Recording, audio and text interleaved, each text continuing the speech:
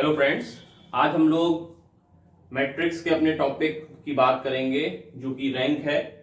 पिछले कई बार के जो पैटर्न हैं एग्जामिनेशन के, उसमें से देखा गया है कि रैंक से हमें कुछ क्वेश्चंस देखने को मिलते हैं। तो शुरुआत करते हैं रैंक से। देखिए रैंक क्या होती है, हम इसको किस तरह से निकाल सकते हैं और क्या क्या क्वेश्चंस हम पूछे जाएंगे इसमें से, उन पर हम लोग बात करेंगे। ठीक है, तो देखिए अगर आपके पास कोई एक मैट्रिक्स है, मैट्रिक्स हम लोग अभी सब जानते ही हैं। मैं एक एग्जाम्पल से इसको लेके चलता हूं।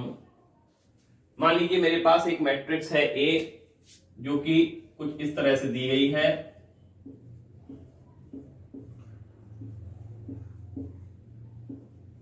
मान लीजिए अगर मैं आपसे कहूं कि इसका ऑर्डर क्या है, तो आप कहेंगे 3 रो आ रहे हैं, 4 कॉलम आ रहे हैं, तो इसका ऑर्डर हो जाएगा 3/4। और इसकी अगर मुझे रैंक निकालनी है तो मैं किन किन चीजों पर ध्यान दूंगा वो जरा थोड़ा सा समझिए। एक यहां पर वर्ड यूज होता है माइनर। सब मैट्रिक्स या सब मैट्रिक्स से भी समझ सकते हैं, मैं सीधे माइनर पर आता हूं।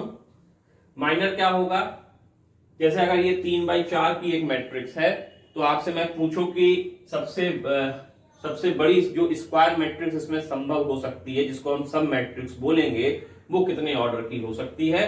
तो 3/4 का मैट्रिक्स है तो ये इस बात की तरफ हमें बताती है कि सबसे बड़ी जो स्क्वायर सब मैट्रिक्स हो सकती है वो 3/3 की हो सकती है, क्योंकि इससे बड़ी कोई स्क्वायर मैट्रिक्स संभव नहीं है।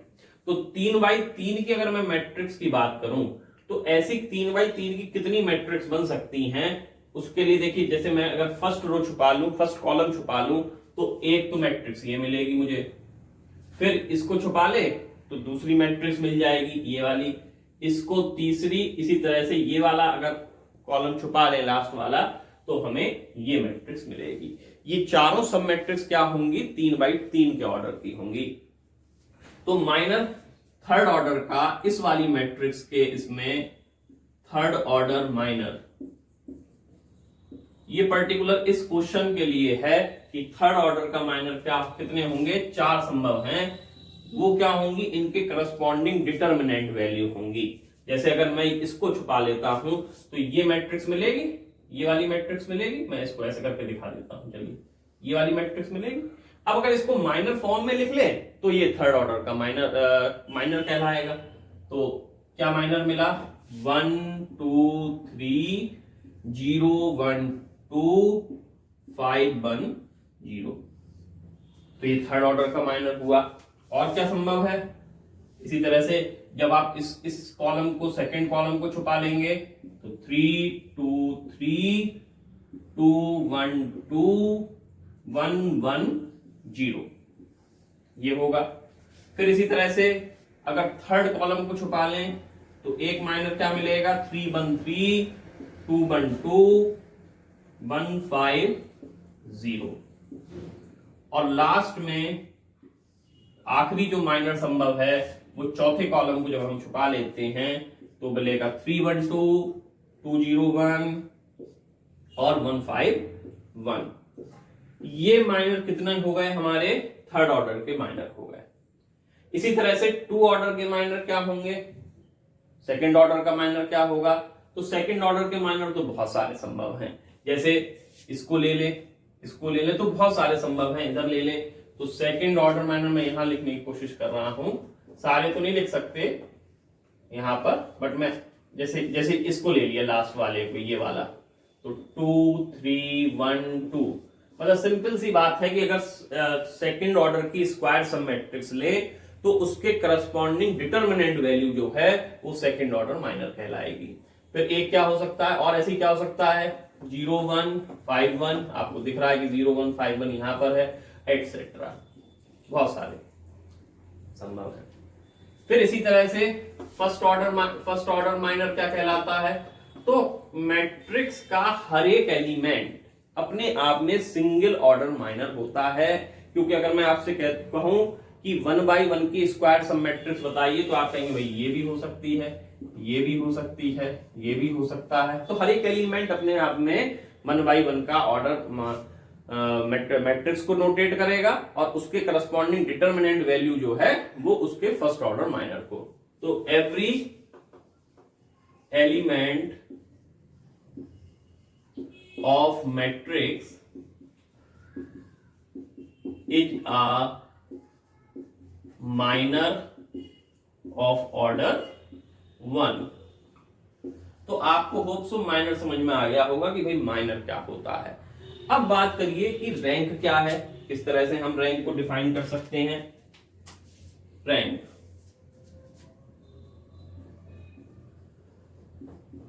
रैंक का जो मैथमेटिकली सिंबल है वो इस साइन से, रो इसको बोलते हैं, रो से नोटेट करते हैं। और क्या परिभाषा दी गई, किस तरह से डिफाइन किया गया रैंक का, समझिए बहुत ध्यान से कि जो भी आपको मैट्रिक्स दी जाए, जरूरी नहीं है कि वो स्क्वायर मैट्रिक्स हो यहां पर, लेकिन आप क्या ढूंढिए, उसका सबसे बड़ा ऑर्डर, सबसे बड़े ऑर्डर का माइनर ढूंढिए। जैसे हमारे इस केस में 3x4 के मैट्रिक्स में सबसे बड़े ऑर्डर, माइनर का ऑर्डर क्या हो सकता था, 3 हो सकता था।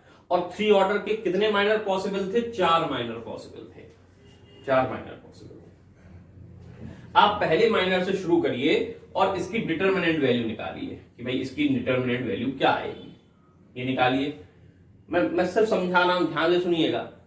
यहां पर अगर ये वैल्यू 0 आ जाती है, ये वैल्यू, ये डिटरमिनेंट वैल्यू 0 हो जाए, अब अगले माइनर की तरफ बढ़िए, ये भी 0 आ जाती है, ये भी 0 आ जाती है, ये भी 0 आ जाती है। या फिर उसका उल्टा क्या होगा, इस वाले मेरे वर्ड को भी ध्यान से समझना। इन चारों माइनर में से कोई सा भी कम से कम एक माइनर ऐसा हो जो कि नॉन जीरो हो। इन चारों माइनर में कम से कम एक ऐसा माइनर हो जिसकी वैल्यू नॉन जीरो। डिटरमिनेंट है, डिटरमिनेंट हम सॉल्व कर लेंगे। अगर वो नॉन जीरो है तो फिर ऐसे यहां पर हम अपने प्रोसेस को रोक देंगे और इस मैट्रिक्स की रैंक क्या हो जाएगी, 3 हो जाएगी। इसका मतलब समझ में हमें यह आता है कि रैंक किससे रिलेट कर रही है, माइनर से रिलेट कर रही है। माइनर कौन से माइनर की, नॉन जीरो माइनर से। लेकिन अगर मान लीजिए ये सारे जो हैं, ये सारे जो हैं, ये ऑल जीरो, सब जीरो हो जाए, ऑल जीरो, तो हम क्या मानेंगे, 2 की तरफ बढ़ेंगे। 2 में भी कम से कम अगर एक माइनर ऐसा हो जो जीरो हो जाए, नॉन जीरो हो जाए, हम अपने प्रोसेस को रोक देंगे और कहेंगे भाई यहां पर कम से कम एक ऐसा माइनर मिल गया। 2 का तो निकालना बहुत आसान, जैसे मैं यहां पे कहूं 2 2 जा 4, 4 - 3 1 मिल गया। लेकिन शुरुआत 2 से नहीं करनी, शुरुआत कहां से करनी थी, 3 से, क्योंकि 3 सबसे बड़ा था। अगर 4 होता, 4 का संभव होता तो 4 से शुरुआत करते। तो सबसे छोटे से शुरुआत ना करके सबसे बड़े से शुरुआत करते हैं। लेकिन मान लीजिए फॉर सपोज 2 ऑर्डर का भी ये सब 0 हो जाए, फिर इसका मतलब उसकी रैंक 2 भी नहीं होगी, 2 से नीचे होगी। लेकिन कम से कम एक जरूर होगी, बशर्ते वो मैट्रिक्स नॉन जीरो मैट्रिक्स हो, नल मैट्रिक्स ना हो। सारे एलिमेंट 0 है तो फिर रैंक 0 हो ही गई। लेकिन अगर वो मैट्रिक्स नॉन जीरो है, नॉन जीरो मैट्रिक्स है, तो कम उसकी रैंक कम से कम 1 जरूर होगी। तो इसका मतलब हमें ये चीज समझ में आती है, ध्यान से समझिएगा,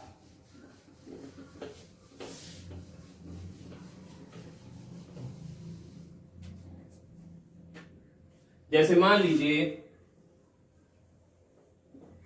एक रैंक हमें निकालनी है, एक मैट्रिक्स ए दे रखी है 4/3 की या 3/4 की, चलिए मान लीजिए 4/4 की। इसकी रैंक हम कैसे निकाल सकते हैं, तो सबसे पहले माइनर ऑफ ऑर्डर, ध्यान समझिएगा, माइनर ऑफ ऑर्डर 4। अगर ये वैल्यू नॉन जीरो आ जाए, अगर ये वैल्यू नॉन जीरो आ जाए, मैं इसको इस तरह से डिफाइन कर लेता हूं कि अगर ये वैल्यू, दो पॉसिबिलिटीज हैं, अगर ये वैल्यू नॉन जीरो आ जाए देन यहां पर प्रोसेस रुक जाएगा और रैंक मैट्रिक्स की क्या हो जाएगी, 4 हो जाएगी। बट अगर ये वैल्यू 0 आ जाए तो क्या होगा, 0 आने का मतलब जो है फिर हम आगे की तरफ चलेंगे, एक प्रोसेस और चलेंगे, फिर हम ढूंढेंगे माइनर ऑफ ऑर्डर 3। भाई 4 ऑर्डर का तो एक ही माइनर होगा, 3 ऑर्डर के कई माइनर होंगे, उनको ढूंढेंगे। अगर उनमें से कम एटलीस्ट 1 नॉन जीरो हो जाए, रैंक कितनी हो जाएगी उस मैट्रिक्स की? 3 हो जाएगी। लेकिन ऑल जीरो, सारी जीरो आ जाएं, फिर प्रोसेस को और आगे बढ़ाएंगे, फिर ढूंढेंगे माइनर ऑफ ऑर्डर 2।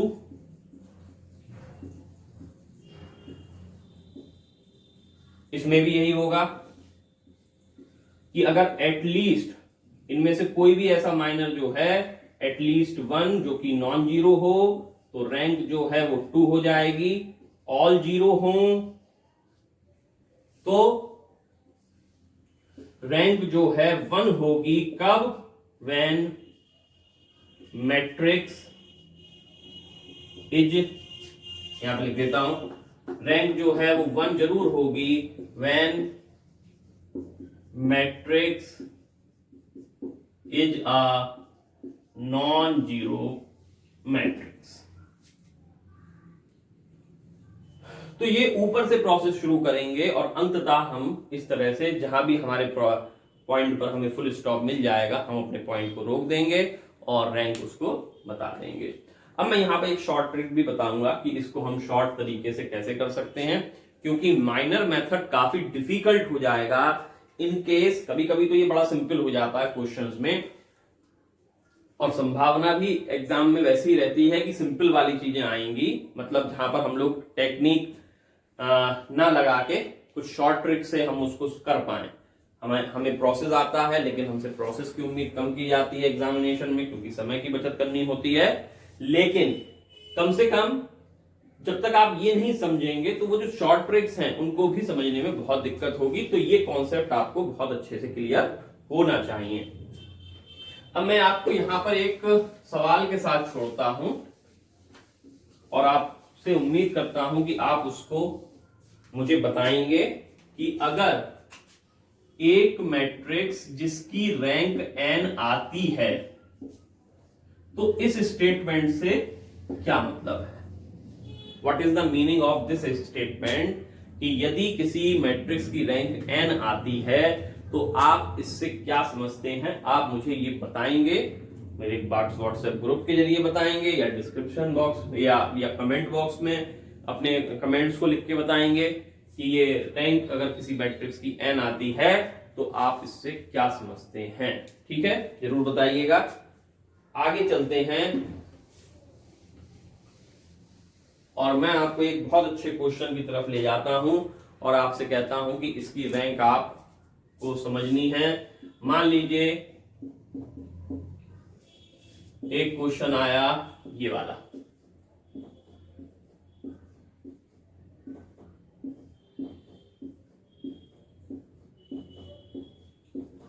और एग्जाम में आपसे पूछा गया कि भाई इसकी रैंक निकालिए, और नलिटी एक होता है वो मैं आगे आपको अभी बता दूंगा यहां पर, वो बताइए। 2 चीजें पूछी गई कि रैंक निकालिए और नलिटी निकालिए। हाउ कैन बी फाइंड, हम उसको कैसे निकाल सकते हैं। देखिए सबसे जरूरी इंपॉर्टेंट चीज बात कि इस मैट्रिक्स को देखकर ही मुझे लग रहा है कि सारे एलिमेंट एक जैसे हैं।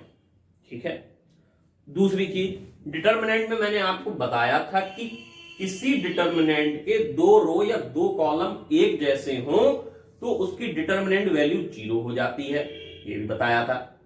तो यहां पर जैसे अगर ये 4x4 का मैट्रिक्स है तो सबसे बड़ा ऑर्डर का माइनर 4x4 का होगा, जो खुद होगा, खुद की डिटर्मिनेंट वैल्यू होगी। लेकिन उसमें 2 रो 2 कॉलम एक जैसे, क्योंकि सारी सेम है, लिहाजा क्या चीज होगी, इसकी डिटर्मिनेंट वैल्यू कैसी हो जाएगी, 0 हो जाएगी। आप आगे बढ़ जाइए, 3x3 के लेंगे तब भी 0, क्योंकि सारे रो कॉलम फिर एक जैसे सेम। 2x2 का लेंगे, कोई भी उठा के देखेंगे 0। लेकिन चूंकि ये मैट्रिक्स नॉन जीरो मैट्रिक्स है, इसके लिए इसकी रैंक कितनी हो जाएगी, 1 हो जाएगी।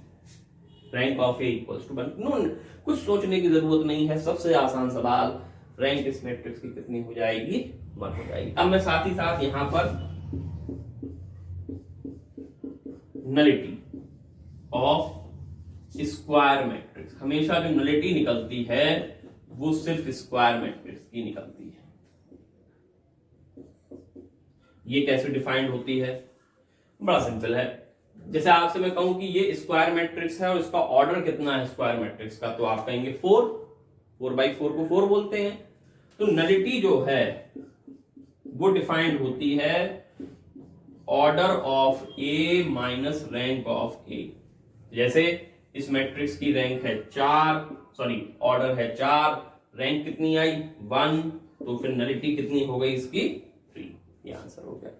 तो आपके पास जहां भी ऑप्शन में 1,3 लिखा हो वहां पर आप इसको सर्किल कर देंगे और ये आपका बिल्कुल सही क्वेश्चन हो जाएगा।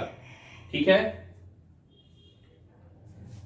तो इस तरह के सवाल जो है हमें जनरली देखने को मिल सकते हैं। जरूरी नहीं 3-3 हो 1-1 हो, मतलब अगर सारे एलिमेंट सेम हैं तो हम ये कह सकते हैं कि जो है हमारा ये 0 होगा। अगर ऐसा कुछ क्वेश्चन है जहां पर सारे एलिमेंट सेम हैं तो हम बता सकते हैं रैंक जो है वो हमारी 1 होगी, और उसका डिटेल जो है मैंने अभी आपको बताया है। चलिए ठीक है। अब जो सबसे ज्यादा गंभीर समस्या माइनर मेथड से करने को देखने को मिलती है वो क्या होती है, जैसे अगर बहुत बड़े ऑर्डर की मैट्रिक्स आ जाए 5/5 की आ जाए, तो सबसे पहले तो 5/5 के डिटर्मिनेंट को सॉल्व करना ये सबसे बड़ा डिफिकल्ट काम है। मान लीजिए वो जो है वो नॉन जीरो ना आकर 0 आ गई, तो आप 4/4 के तो फिर बहुत सारे माइनर हो जाएंगे, वो भी नहीं आई। 3/3 के तो फिर ढेर माइनर होंगे। तो ऐसा करेंगे तो फिर समय जो है वो निकलता ही चला जाएगा और हमें अपने आंसर की तरफ छोड़ना, या तो उस क्वेश्चन को छोड़ें या फिर उस पर लगे रहेंगे तो टाइम निकल जाएगा। तो इसके लिए जो एलिमेंट्री ऑपरेशंस थे वो बताए गए कि भाई आप उनका यूज करिए और अब आप उससे रिजल्ट निकालिए। बेसिकली रैंक निकालने के लिए 2 मेथड यूज होते हैं, एक नॉर्मल फॉर्म और एक एक्लॉन फॉर्म। क्योंकि हम यहाँ पर कोई यूनिवर्सिटी एग्जाम की बात नहीं कर रहे हैं, तो इसलिए किस तरह से हम अपनी चीजों को जल्दी कर सकते होंगे उस पर हम ध्यान देंगे। तो जैसे ही हमें एक्लॉन फॉर्म मिल जाएगी हम वहां पे प्रोसेस को रोकेंगे। और अब ये क्या होती हैं, फॉर्म्स क्या होती हैं, मैं जल्दी से कुछ क्वेश्चन से ही आपको समझाने की कोशिश करता हूं। जैसे आपसे कहा गया कि ये एक क्वेश्चन है 1 2 3 2 3 4 3 4 5। या तो आप इसको माइनर से सॉल्व करिए, तो 3/3 का पूरा सॉल्व करिए, लेकिन उसमें भी समय लगेगा। तो इसलिए जब भी ऐसी कोई कंडीशंस आए, पहला क्वेश्चन तो आसान था, उसको तो करने की जरूरत ही नहीं थी, दिख रहा था सारे एलिमेंट सेम हैं। बट यहां पर अगर ऐसी कंडीशन आती है तो सबसे पहले आप इसको एलिमेंट्री ट्रांसफॉर्मेशन से ही सॉल्व करिए। वो करना क्या है आपको कि इस 1 के नीचे 0 बना लें, इस 1 के नीचे आप सारे एलिमेंट 0 बना लें। कैसे बनाएंगे? इक्विवेलेंट साइन, ये R2 रो, ये R3 रो।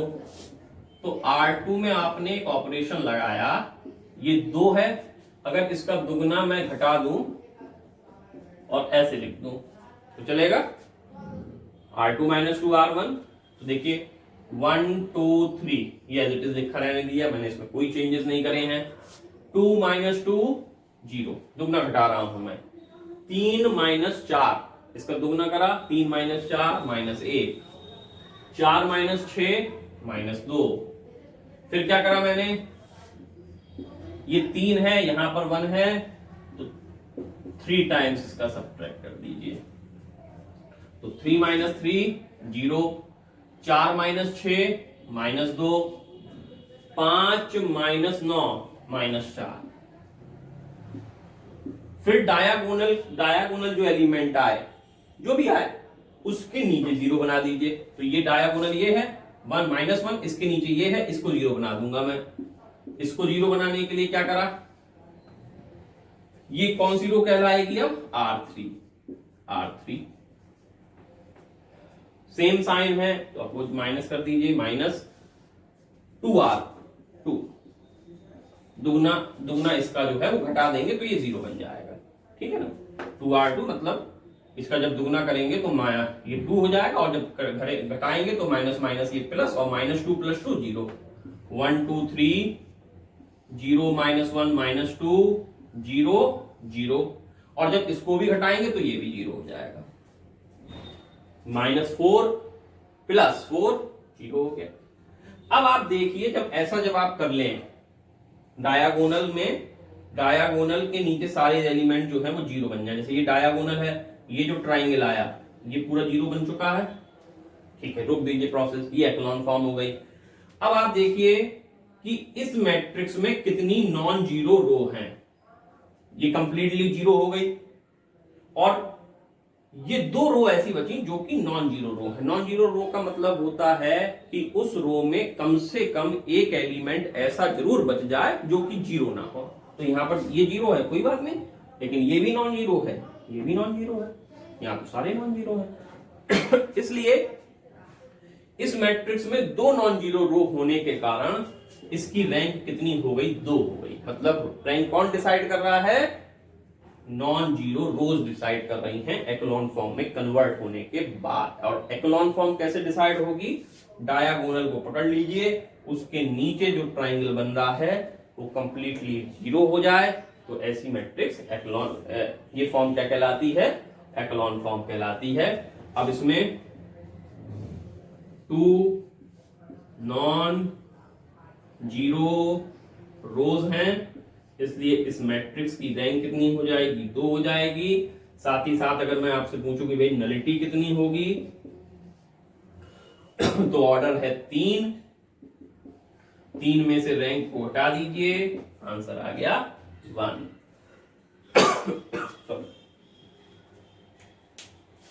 तो इस तरह से आप इस क्वेश्चन को कर सकते हैं। मैं कुछ और क्वेश्चन की तरफ मूव करता हूं।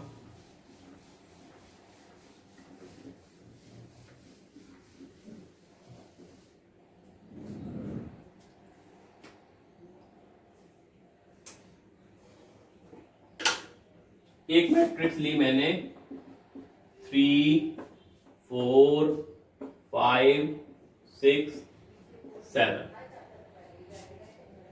4 5 6 7 8,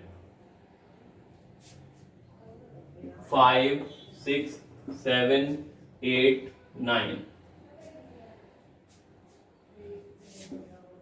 10 11 12 13 14 and 15 16 17 18 19। ये क्वेश्चन हमको दिया गया और पूछा गया कि इसकी रैंक और नलिटी फाइंड करिए, क्योंकि ये अपने आप में स्क्वायर मैट्रिक्स है 5x5 का। सवाल ये आया कि इसकी रैंक, मान लीजिए क्वेश्चन ये आ गया, इसकी रैंक कितने से कितने के बीच में लाई कर सकती है, रेंज क्या होगी।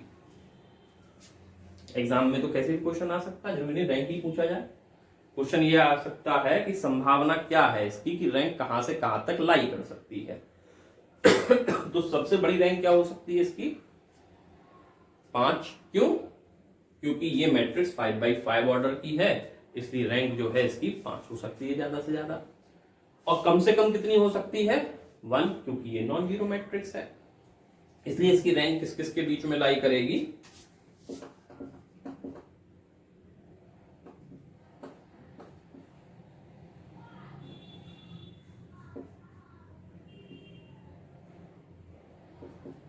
1 और 5 के बीच में। मतलब 1 हो सकती है, 2 हो सकती है, 3 हो सकती है, 4 हो सकती है, 5 हो सकती है। 1 से लेकर 5 तक हमारे पास कोई भी नंबर हो सकता है, 1 2 3 4 5।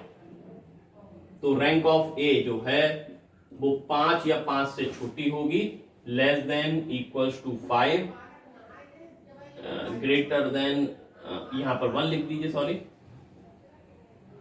Equal to 5 and less than and equal to 5। तो ये जो है हमारा आंसर हो जाएगा, ठीक है ना, 1 या 1 से ज्यादा, 5 या 5 से कम, तो ये इसकी रेंज हो जाएगी। अब चलिए यहाँ पर हम ये भी बात कर लेते हैं कि भाई रैंक होगी क्या, रैंक हम किस तरह से निकालें। तो उसके लिए आपको यहाँ पर, क्योंकि 5x5 को तो हम सॉल्व नहीं करेंगे, 4x4 को सॉल्व नहीं करेंगे, 3x3 को भी ऐसे सॉल्व नहीं करेंगे, बड़ी ऑर्डर का मैट्रिक्स है, तो जो आपको तरीका बताया गया है उसको यूज करिए और इसको इसके नीचे जीरो बनाने की कोशिश करिए। तो पहले स्टेप में जीरो ना बनाकर हम क्या काम कर रहे हैं कि यहां से इसको थोड़ा सा सिंप्लीफाई कर लेते हैं। इसमें से ये घटा दिया, R2 में R2 माइनस R1 कर दिया। तो R1 तो ऐसे लिख लीजिए 3 4 5 6 7, घटाइए 4 माइनस 3 1 1 1 1 1, हो गया।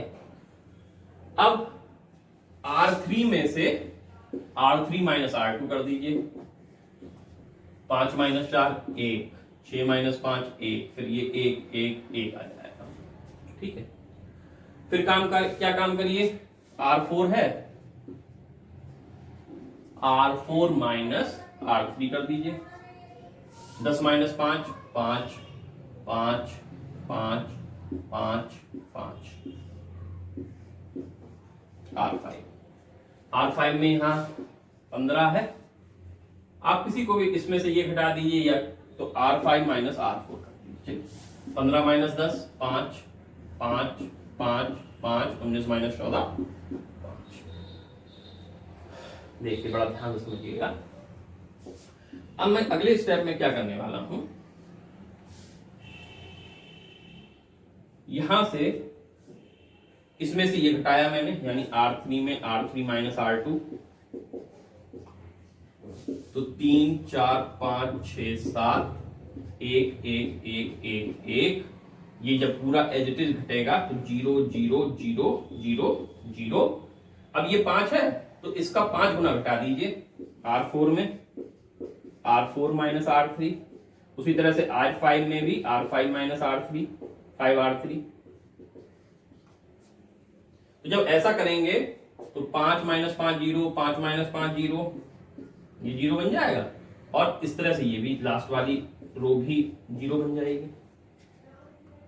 अब आपका विवेक काम करेगा, यहां पर आपकी इंटेलिजेंस काम करेगी कि इसको 0 बनाने की जरूरत नहीं है। क्यों? क्योंकि अब ये 0 हो गया, नॉन जीरो रो। अगर मैं इसको 0 बनाऊंगा तब भी वैसी कंडीशन रहेगी, तो मतलब कितनी नॉन जीरो रो मिलेंगी, 2 नॉन जीरो रो मिल जाएंगी यहाँ पर, और रैंक कितनी हो जाएगी इस मैट्रिक्स की 2, और नलिटी कितनी हो जाएगी 5 माइनस 2 3। तो ये भी बड़ा आसान का क्वेश्चन है, देखने में बड़ा वो लग रहा था, लेकिन इसके डिजिट कुछ ऐसे दिए गए थे कि इसको सॉल्व करना बड़ा आसान था, और बहुत जल्दी से ये क्वेश्चन हो जाता है, rank of A 2 nullity of A 3। आप जब ऐसे बहुत सारे क्वेश्चंस कर लेंगे तो एग्जाम में यकीन मानिए आपको उसको करने की भी जरूरत नहीं है, आप उनकी फिगर को ही देख के समझ जाएंगे भाई इसकी रैंक 2 है, नलिटी 3 है। तो ऐसा ही होता है कि जब हम बहुत ज्यादा क्वेश्चंस को कर लेते हैं, प्रैक्टिस हमारे पास हो जाती है, तो एग्जाम में जो हमें समय दिया जाता है 120 क्वेश्चंस करने का, तो वो बड़ा जल्दी से हो जाते हैं। और जिन लोगों को नहीं होते तो कहते हैं कि भाई ये इतना लेंथी क्वेश्चन थे तो इतनी मेरिट जा ही नहीं सकती थी, 114 115 लोगों के क्वेश्चन कैसे सही हो गए। तो इसी तरह से सही होते हैं, क्योंकि इतनी ज्यादा प्रैक्टिस हो चुकी होती है, तो वो उनको क्वेश्चंस को करने की जरूरत जनरली नहीं रहती। मैं ऐसा नहीं कह रहा हूं आपसे कि क्वेश्चंस को एग्जामिनेशन में मत करिएगा, बिल्कुल करिएगा, कॉन्फिडेंट होके इनको करिएगा, लेकिन आपको अगर पूरा यकीन है, जैसे मान लीजिए ये क्वेश्चन आपको करा हुआ है और एग्जाम में ये आ गया, तो फिर आपको करने की जरूरत नहीं है, ध्यान से लगाइएगा। एनीवेज,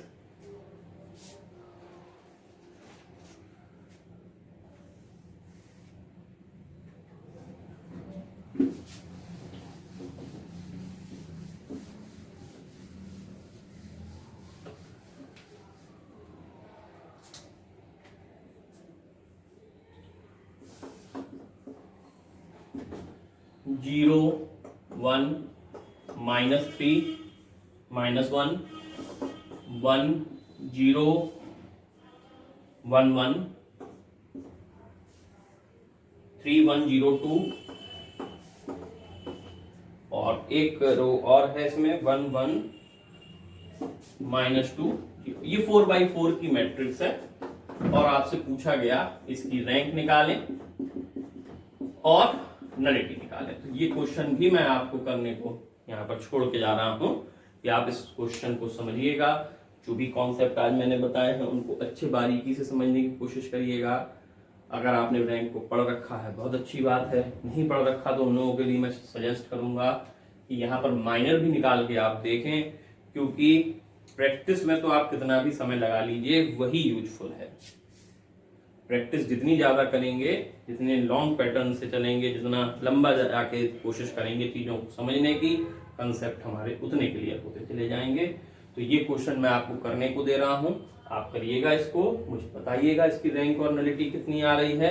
हाँ, थोड़ा सा मैं आपसे इतना जरूर कह रहा हूं कि जो भी लोग ये देख रहे हैं ज्यादा से ज्यादा कोशिश ये करिए कि चीजों को जो मैं आपको बता रहा हूं उनको वापस भी करने की कोशिश करिएगा, क्योंकि मैंने तो यहाँ बोल दिया कि भाई ये आपका लिखा हुआ है इसको करिएगा, नहीं करते हैं, केवल वीडियो देख कर ही आप कुछ कहेंगे कि ये कर लिया है तो फिर वो यूजलेस हो जाएगा। ठीक है, तो ठीक है, आज के लिए हम इतना रखते हैं। कल हम आगे की और बात करेंगे, इसमें मैं एक चीज पर और आऊंगा, लीनियर डिपेंडेंस और इंडिपेंडेंस क्या होती हैं और उनको शॉर्ट ट्रिक क्या होती है, ये मैं आपको बताऊंगा। तो आप इतना करिएगा। और एक सभी लोगों से है कि जो भी मेरे इस चैनल को देख रहा है प्लीज उसको फॉरवर्ड आगे तक कर दीजिए, जिससे कि बाकी लोग भी इससे जुड़ पाएं, और जो लोग करना चाह रहे हैं कोशिश उनको इसमें थोड़ी सी हम लोग एक चीज मैं और यहाँ पर इंडिकेट करना चाहूंगा, बहुत जरूरी बात, कि आपके पास अगर कोई डाउट्स आ रहे हैं, आप क्वेश्चंस कर रहे हैं, आपको कोई ऐसा क्वेश्चन मिल रहा है जो आपको समझ में नहीं आ रहा, या लास्ट ईयर आया हुआ कोई क्वेश्चन है उस टॉपिक से रिलेटेड पर्टिकुलरली, तो आप उसको जरूर फॉरवर्ड करिए ग्रुप में, जिससे कि हम उस पर एक डिस्कशन कर पाए। तो एक हेल्दी एटमॉस्फेयर क्रिएट होगा, और वहां से जो है जब ऐसा कुछ ग्रुप डिस्कशन टाइप की कुछ चीजें हम लोग लेंगे तो चीजें और आसान हमारे लिए होने वाली हैं। तो ठीक है, आज आप इतना पढ़िए, कल हम लोग आगे की और बात करेंगे। Thank you very much.